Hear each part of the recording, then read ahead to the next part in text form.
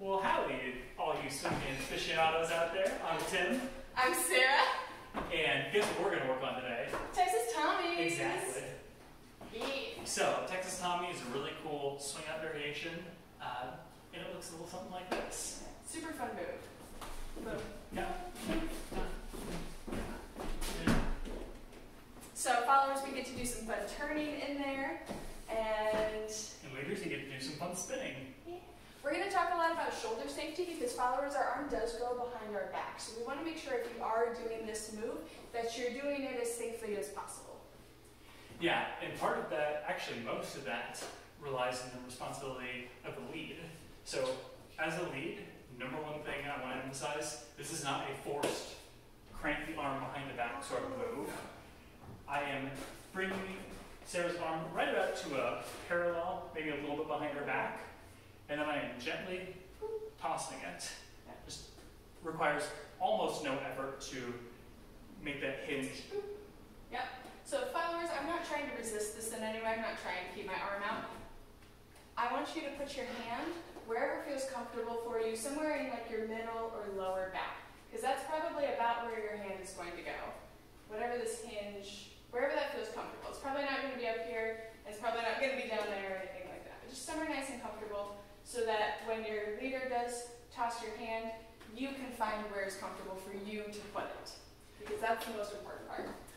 In leaders, the other part of this is the catch, which, I'll be honest, I don't get 100% of the time, and that's okay, because you don't need to necessarily connect with their hand or arm every time. But what we're aiming for is tossing it to the back, and then making connection with that before we spin. Yeah. So this starts off like a regular swing out. So step, step, triple step. And so that's where that catch is going to happen. So we're going to switch places. Step, step, switch places. And that's when that arm comes out. You want to talk about that? Yeah. Around 4 or 5. And that is when, so you want to have the arm out on 4 and like toss it out no later than 5. The sooner you can let your partner know what's going on with this move, the better. Yep. And the less risk for shoulder injury. Yep. So we go 1, 2, 3, and out. So that arm is there, ready to toss. And then we toss. Followers, I put my hand wherever is comfortable. It's up to my leader to find that hand connection within that. And then from there, this is pretty much like an overhead turn or any other sort of spinning variation on a swing out. So I just unwrap my follow. Step, step, triple step. Yep. We do end up in cross hands position, right to right connection because of that hand switch. So when we're right here, this side. No, start from that side. Boom, boom, triple step. So toss, that connection happens there. And then all of the sending is done with this hand. Just like our overhead turn, hand on the back, boom, boom, direction and then rotation. It's the exact same thing happening here. Oh, sorry, other side. Step, triple, Direct and rotate. Yeah. Anything you want to say?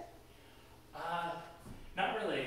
With the cross hand, this is an especially weird one because you actually end up like with your top of your hand facing out. Normally in a cross hand it'd be like this. We're also going to talk about in a second how to fix that. Go. Alright, so Step. step, triple toss, step, turn, triple step. Yeah. Alright, so why don't you do it with us? We'll count you off. 5, 6, 5, 6, here we go. A step, step, switch place. Toss, send, and spin. Triple step. Yeah. Alright, let's try that one more time. 5, 6, 5, 6, here we go. A step, triple toss, step, turn, triple step. Yep. So followers, if I don't meet my leader's hand right away, that's okay. If it doesn't quite connect, if we're here, as that send happens, boom. Even if I am close to my leader's hand, the move will still work because of that send coming from the back from my leader instead of just like go. Yeah, again, it's like an overhead turn. So the arm is mostly there for the purpose of decoration and setting up the connection once it's done. Yep.